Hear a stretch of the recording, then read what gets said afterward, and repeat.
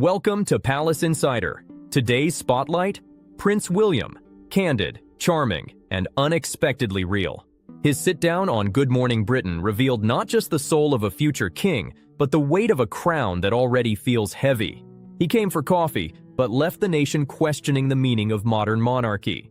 That's how co-host Susanna Reid kicked off the February 19th special of Good Morning Britain, where the air buzzed with rare royal excitement.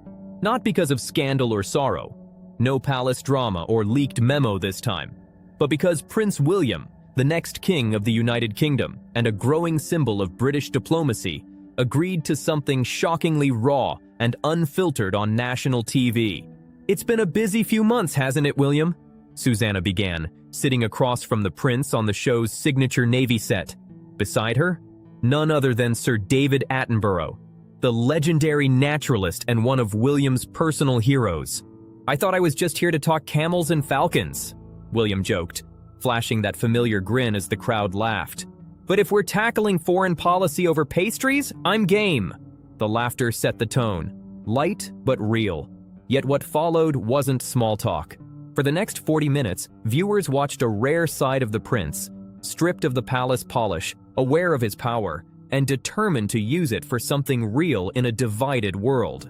Fresh off a 3-day state visit to Saudi Arabia, Prince William had just returned as King Charles III's personal representative, and the stories he brought back turned heads fast. His mission? Strengthen diplomatic ties, push Britain's green innovation, and gently encourage the kingdom's social reforms, all without breaking royal protocol. But what really drew people in wasn't the politics.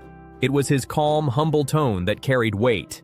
"There's a moment when you're standing beside a Saudi prince," William said, "talking about women's football, clean energy, and royal architecture, while a falcon stares at you like your dinner." The studio erupted in laughter. "That's real diplomacy, isn't it?" he added with a smirk. Beneath the humor, his point hit hard. "Diplomacy today is personal. I'm not walking into these meetings as a political leader," he explained.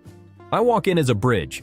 My job is to listen, speak carefully, and make sure Britain is remembered, not just for power, but for presence." Everyone watching could sense it. This wasn't just another royal doing his duty. When Sir David asked if he felt pressure stepping into roles once meant for prime ministers, William didn't blink. "It'd be naive to pretend there's no political shadow," he said firmly, proving the crown may not sit on his head yet, but the weight's already there. "My role isn't to play politics," William said firmly. "It's to represent stability, to remind the world that Britain's story stretches far beyond any one government. We still believe in honor, partnership, and tradition." He paused, flashing a grin. "And yes, sometimes tradition needs a Wi-Fi upgrade." When the topic turned to his February trip to Saudi Arabia, his whole expression changed. Less royal, more human. "I was stunned by Alula," he shared, speaking of the ancient Nabatean site. "It's like standing inside a history book. The silence there has real weight." His fascination was genuine, not rehearsed. He lit up again, recalling his visit to a women's football training center in Riyadh, where he surprised players with signed England jerseys. 10 years ago, that scene would have been unthinkable, William said proudly. Now it's normal. That's why Britain has to show up, not just when things are easy, but when the world's shifting. And then came the laugh everyone needed. He mentioned being invited to a camel race. "I politely declined racing the camel," he joked, straight-faced, "though I was told I'd have great form." The crowd cracked up. As the conversation deepened, viewers began to see something different. A prince not dodging his destiny, but embracing it with curiosity and conscience. Sir David leaned in, asking softly what William had learned after visiting more than 7 countries in just 15 months, including Brazil and Estonia, Monaco and the Vatican. William continued, his tone thoughtful, his answer pure statesman energy. "You learn that power isn't always loud, that warmth isn't weakness, and that the strongest thing a prince can do today is listen longer than he speaks." The camera tightened on his face. Steady, sincere. "I'll never be a politician," he said, "but I can be a person of influence. That's the burden and the blessing of this role." As the chat found its rhythm, the light-hearted tone shifted. Ben Sheard leaned forward, his voice turning serious. "You've met leaders from the Gulf, Sub-Saharan Africa, South Asia, even Latin America in the past year. How do you balance being a symbol and a statesman? Is that tension real for you? William's gaze sharpened. Gone was the relaxed charm. This was a man aware of his weight in history. "It is a tension," he said slowly. "One I've learned to understand, not run from. You don't earn the crown by birth. You earn it by listening to how the world changes and having the guts to respond without losing yourself." Then he shared a glimpse behind the scenes. His quiet February trip to Riyadh, where he met regional ministers before heading to Oman for a roundtable on desert water innovation. No name-dropping, no bragging, just calm confidence. In that moment, his words didn't sound like those of a prince in training. They sounded like those of a monarch already stepping into his era. Prince William spoke like a man fluent in both palace tradition and global politics. "In Saudi Arabia," he said, "I didn't just see oil fields and skyscrapers. I saw young entrepreneurs, men and women telling me what they need from the West. Not lectures, but respect. Not pressure, but partnership." His voice carried quiet conviction. The screen briefly flashed to footage of William shaking hands with Crown Prince Mohammed bin Salman under the blazing desert sun. A subtle image of a bridge carefully rebuilt. When the show returned, Ben pointed out something everyone was noticing. "Your approach seems different. Less ribbon cutting, more real-world strategy." William chuckled. "The ribbons will always be there," he said. "But yeah, I do read a few spreadsheets before I fly out." The audience laughed, but there was something deeper behind the joke. William wasn't just showing up for photo ops. He was studying deals, learning power from the inside out. Then came the question that stopped the room cold. "Are you preparing for kingship with intention or just letting it happen?" Ben asked. William paused, the silence thick enough to feel. "Both," he said finally. "I'm not chasing the throne, but I'm building the foundation for it every day, quietly, through service. When the moment comes, I don't want to arrive as a prince who inherits. I want to arrive as a man who's already been working." His voice stayed steady, but the weight behind it was undeniable. A quiet truth that the monarchy's survival now rests as much on his character as on any royal law. Then, in a rare flash of honesty, William shared, "When I was in Nairobi last year, a child asked me why Britain still has a king. I said, to remind people that power should never be total, not even in one person's hands." The boy nodded, "And I've carried that ever since." The studio fell silent. It was the kind of answer no press release could ever script. The talk shifted to the behind-the-scenes grind of royal diplomacy. William explained that every foreign tour starts with dozens of intense briefings, not just with ambassadors, but with climate experts, defense analysts, and economic strategists. He even described quiet pre-negotiation talks he joined between British trade envoys and South Korean industry leaders during his Seoul visit last autumn. "My title opens doors," he said, his tone thoughtful. "But it's my listening that keeps them open." Within hours, that line was everywhere, clipped, shared, and trending across social media. Then came the touchy subject, criticism. Ben read out a recent op-ed accusing the Prince of Wales of overreaching, of acting more like a foreign secretary than a royal. William didn't flinch. If representing Britain abroad, clearly calmly and with humility, counts as overreaching, he said firmly, then I'll keep doing it.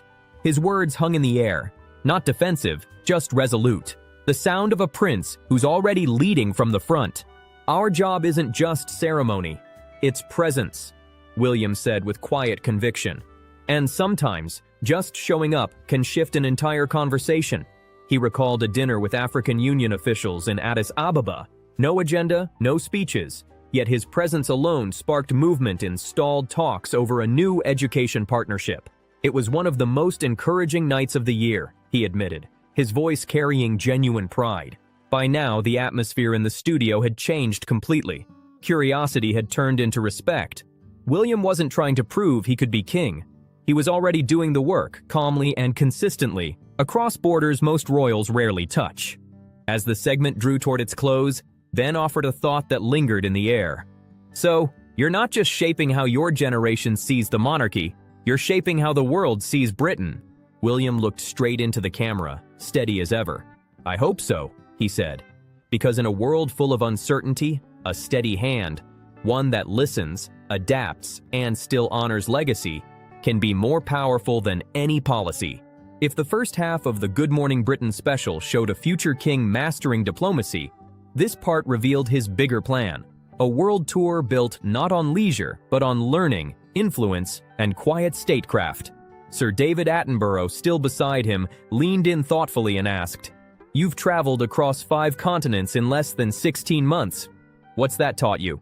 "Brazil, Vatican City, Saudi Arabia, Estonia, Monaco, Paris," Ben listed, raising an eyebrow. "Is there one thread tying all those visits together?" William nodded, thoughtful. "Yes, a question I carry everywhere. What is Britain here to do? Not just what Britain wants, but what it means to show up, with humility, history, and a real desire to contribute." His tone was calm, but sharp, and the audience leaned in. The screen shifted to a map tracing William's official royal tours since early 2025. These weren't photo ops or fancy galas. They were tactical, purpose-driven missions, each carefully timed and deeply personal. William spoke about his March visit to Tallinn, Estonia, right as NATO tensions rose, and Eastern Europe watched Russia's war unfold. His stop at a British-led NATO base carried real symbolism. "It was -8 degrees, he recalled. "I stood beside Estonian and British troops at dawn. We all drank the same burnt coffee from the same dented thermos. That morning reminded me that duty doesn't wear a crown." The line hit like truth wrapped in humility. Behind closed doors, he met with Estonia's president, Alar Karis, discussing border security and the nation's fast-growing tech infrastructure. Though no statement was released, insiders later confirmed that British cyber cooperation spiked soon after his visit. "Diplomacy, when done right," William said, "leaves no fingerprints, but it leaves the room changed." By late April, he was in Vatican City, attending the funeral of a beloved pope, standing not just as a royal, but as a bridge between faiths, symbolizing Britain's quiet, ongoing dialogue with the spiritual heart of the world. Though solemn, William's time in Vatican City became a quiet moment of unity between faiths. "Faith and tradition are cousins," he said gently. "When one mourns, the other stands beside it." No cameras, no fanfare, just a single scene of William exchanging a few private words with the new pontiff. Later, Vatican sources confirmed their talk touched on climate cooperation and the hope shared between generations. Next came Paris, a powerful stop in his growing diplomatic tour.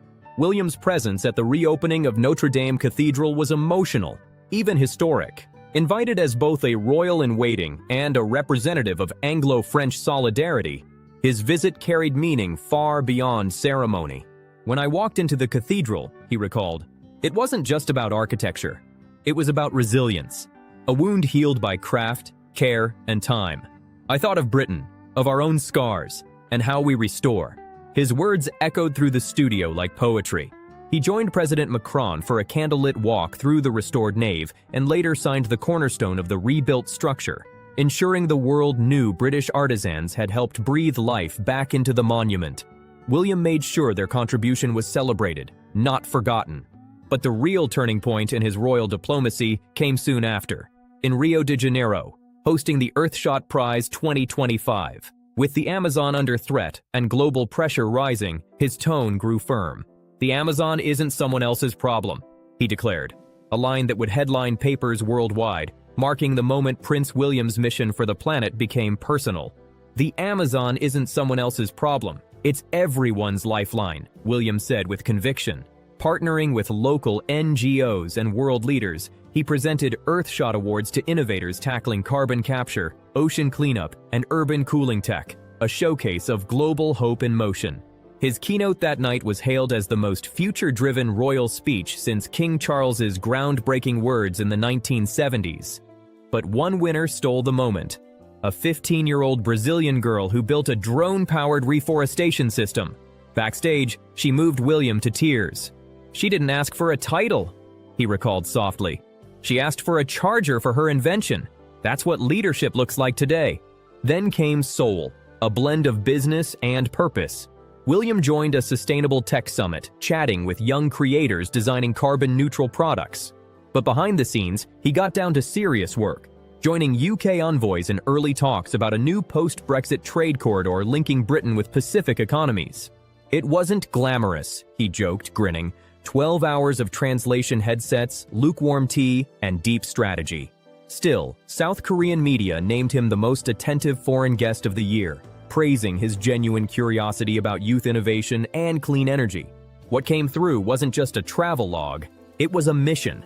Every stop on William's map was planned with precision, aligned with Britain's diplomatic goals, but carried in his signature tone: quiet strength, soft power, and deep respect. Sir David Attenborough wrapped it perfectly. Wherever you go, you don't just represent Britain, you represent the idea that history must walk forward with grace. William nodded slowly, his tone soft but steady. My grandmother taught me that every handshake is remembered. My father taught me that every silence speaks. I guess now it's my turn to learn when to do which. He smiled, calm, poised, and quietly resolute. Late afternoon light spilled across the desert as the royal motorcade rolled out of Diriyah, the birthplace of Saudi Arabia. Sunlight danced off chrome fenders, sand brushed the tires, and at its center sat Prince William, not in his usual navy suit, but in a sand-colored bisht embroidered with gold thread. It was a personal gift from Crown Prince Mohammed bin Salman, and a powerful symbol of respect. This was no ordinary diplomatic trip. The British Foreign Office had debated for months whether to send a senior royal into what the media often called a soft power paradox, a nation balancing deep tradition with bold modernization. But William, backed by King Charles, insisted on going. It's not enough to show up when it's easy, he told aides on the flight in. We must show up when it matters. Inside Al Yamama Palace, the ceremony was flawless. Marble floors gleamed, Quranic verses shimmered in gold calligraphy, and crystal chandeliers glowed above the silence. Cameras captured the formal handshake between Prince William and the Crown Prince, a single image that flashed around the world. But beyond those polished frames, what happened in private stayed sealed behind palace doors. Still, insiders hinted that what unfolded inside that golden hall would quietly redefine Britain's approach to the Gulf, a moment where diplomacy met legacy under the desert sun. Sources close to the palace later confirmed that Prince William and Crown Prince Mohammed bin Salman spent nearly 90 minutes in private talks, a meeting that went far beyond polite diplomacy. The discussion covered climate collaboration, expanding on William's Earthshot vision, as well as counter-terrorism coordination and cultural exchange, including a potential British Museum exhibition on pre-Islamic Arabian artifacts. But the boldest moment came when William pitched what aides later called the architectural bridge. Let's build a museum together, he proposed. One wing British, one Saudi, built by both, designed to outlast us. The Crown Prince reportedly smiled and nodded, a quiet sign of rare royal agreement. Every step of the Saudi tour was layered with symbolism and precision. At the Royal Camel Heritage Center, William was invited to name a newborn camel. His choice, Aha, subtle and respectful, a tribute that spoke volumes without overstepping tradition. Then came the unexpected, a visit to an all-women's tech incubator in Riyadh. It wasn't on the usual royal route, but William made it happen. He met young Saudi innovators creating solar cooling fabrics for desert homes, and surprised everyone by kneeling down to touch the material himself. Innovation doesn't need permission, he said with a grin. Just oxygen. Cameras caught the moment. A prince sitting cross-legged on the floor, laughing with engineers, breaking protocol in the best way possible. But the most powerful scene of the entire visit came in Alula, where heritage, humility, and the future seemed to meet under one vast desert sky. At the ancient Nabatean site of Alula, often compared to Petra, Prince William stood in the shadow of tombs carved more than 1,000 years ago, joined only by a local historian and his security team. No press, no ceremony, just silence and stone. Later, the historian revealed that William had asked a single question: "Do your sons and daughters still come here to dream?" Before leaving, he wrote a message in the visitor's log, in both Arabic and English. To stand in history is not to escape it. It is to remember that we are never truly alone. That evening, under the Riyadh skyline, William attended the Future Prosperity Summit, seated among leaders from Japan, Egypt, the EU, and the UAE. No alcohol was served, but the toasts carried real spirit. In his closing words, William spoke with quiet conviction. The future we inherit depends not on how we differ, but how we converge. with dignity, memory, and the humility to listen before we speak. The audience rose to their feet, applauding the prince who had turned diplomacy into dialogue. As his jet prepared for takeoff from King Khalid International Airport, William looked out at the golden horizon, a small brass falcon resting in his hands. A farewell gift from the Saudi royal family. Carved on its base were 4 Arabic words: "Intention builds bridges." Back in London, debate was already heating up. Had this visit marked the start of a new Anglo-Arab cultural alliance? Or was Prince William quietly shaping his own vision of monarchy, one built on understanding, courage, and connection? A prince fluent in both diplomacy and legacy. Only time would reveal how far that balance could go. But at that moment, the Prince of Wales leaned back in his seat, slipped off his cufflinks, and whispered something to his aide. Words that hinted at something deeper than duty alone. By the time his jet landed at RAF Northolt, a quiet shift had already begun. British media, often cautious in their praise, ran headlines not about scandal or breach of protocol, but about a prince who had walked into one of the world's most delicate diplomatic arenas, and walked out with respect from both sides. Inside Kensington Palace, the mood was different now. Less ceremonial, more strategic. Advisors no longer called the Saudi visit a tour, but a foundation. Something changed, one senior aide admitted. Not in the world, in him. This wasn't a mission. It was an initiation. Observers quickly noticed it too. William moved with new confidence. Once known for deferring to his father and steering clear of political tone, he was now acting with the quiet independence of a man already preparing to lead. He returned from the Middle East with results. Not just headlines, but hard work.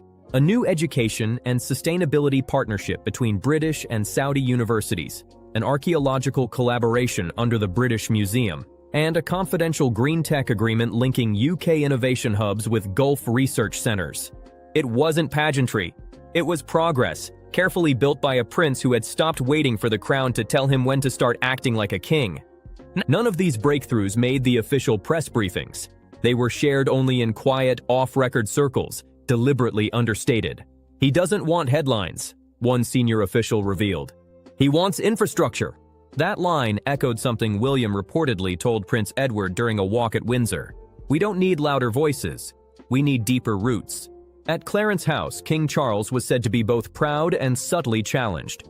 Still, the reigning monarch, his ongoing medical treatments had led William to take on more regent-like duties, not in rivalry, but in rhythm. Palace sources described a calm coordination between father and son. The king isn't handing over a crown, one insider said. He's handing over a compass. Charles governs the past. William is building the future. It was William's idea, with Princess Anne's support, to move the upcoming Commonwealth Roundtable on climate equity from London to Nairobi, a symbolic pivot toward the global south, and a nod to the shifting balance of influence. Through it all, Princess Catherine remained the quiet anchor of the royal evolution. Her recent visit to a London hospital, where she spent hours off camera with terminally ill mothers, went viral not for spectacle, but for sincerity. Staff described the couple as the anchor and the arrow, Catherine as the moral and emotional core, William as the driving force and strategist, and the public had noticed. Polls released just 3 days after his return from Riyadh showed a striking surge in approval, a clear signal that Britain was seeing not just a prince fulfilling duty, but a leader redefining what the next monarchy could look like. Polls showed a stunning 12-point surge in support for Prince William among Britons aged 18 to 34, the generation most detached from the old idea of monarchy. But what truly turned heads wasn't in the headlines, it was in the quiet moves behind them. Over the next 10 days, senior diplomats from Canada, Japan, Morocco, and even Indonesia reached out discreetly, asking for private meetings not with King Charles, but with the Prince of Wales himself. It marked a turning point in royal diplomacy. William wasn't just a bridge of continuity anymore. He was becoming a point of origin. Historians were already calling it the Riyadh turning point. He'd started carrying a slim red leather notebook, a gift from his private secretary years earlier. Only recently had he begun to use it during official meetings. Insiders revealed that its first page held just 5 handwritten words. Purpose is the quiet crown. Whether poetic instinct or subtle branding, those words captured exactly who he was becoming. a leader whose power wasn't loud but magnetic. People were moving toward him not out of obligation, but because he radiated direction and steadiness. As spring neared, the royal structure itself began to shift. Aides noted that key state briefings now went to William first, not the king. Foreign envoys were quietly requesting his attendance before others. And inside palace documents, a quiet administrative change had already begun, one that reflected a truth no one needed to announce. The future had quietly arrived, and it had William's handwriting all over it. His title had quietly shifted in tone, from HRH, the Prince of Wales, to what palace aides now referred to as acting sovereign in foreign service. It wasn't a legal change, but a cultural one, and that, as royal historian Martha Glanville wrote in The Spectator, is how real power is transferred. She added, "We're witnessing something extraordinary. A man who understands that the crown isn't made of gold or jewels, but of restraint, memory, and foresight." On the morning of February 12th, London felt unusually still, as if the city itself sensed a moment of quiet history. Inside Westminster Abbey, the air shimmered with purpose. The usual crimson drapes had been replaced with soft silver and pale green, colors chosen by William himself to represent renewal, neutrality, and the climate vision shaping his emerging reign. This wasn't a coronation. It wasn't a funeral. It was something far more symbolic, a living transfer of moral authority. Representatives from over 40 nations filled the abbey. Education ministers from Kenya, Saudi Arabia, and Canada, sitting beside Nobel laureates, youth climate activists, and members of William's Royal Commission for Future Generations. It wasn't monarchy as spectacle, it was monarchy as strategy. "This is not theater," one UN envoy whispered to a French diplomat. "This is monarchy by design." Then, as the murmurs faded, Prince William stepped forward. No elevated throne, no gilded platform, just a simple podium at eye level with the crowd. There were no trumpets, no bows, no choreographed grandeur, only a moment of stillness. And then, his voice, steady, human, and ready to define what modern royalty would mean next. "Our task is not to command the world, but to convince it, not to preserve what was, but to steward what must be." With those words, Prince William launched the Global Youth Stewardship Compact, a multi-billion-pound initiative linking youth-led environmental projects across the Commonwealth. Funded by a coalition of British and global partners, it drew instant support from Australia, India, and Gulf states even before he spoke. But William's genius wasn't the money, it was the message. He didn't put the crown at the center, he placed children there, the next stewards of the planet. Princess Catherine then took the stage, introducing Tomorrow Belongs to Someone, a short film made by children from Bangladesh, Brazil, and Botswana. When she whispered, "Let them be heard," the abbey rose to its feet in absolute silence. 2 empty chairs stood at the front, one for those absent, one for those yet to lead. They said everything about legacy without a single word. As the event ended, the world saw a prince turning duty into direction, a monarch in motion. If you believe leadership should build, not boast, like, comment, share, and subscribe for more royal insights from Palace Insider.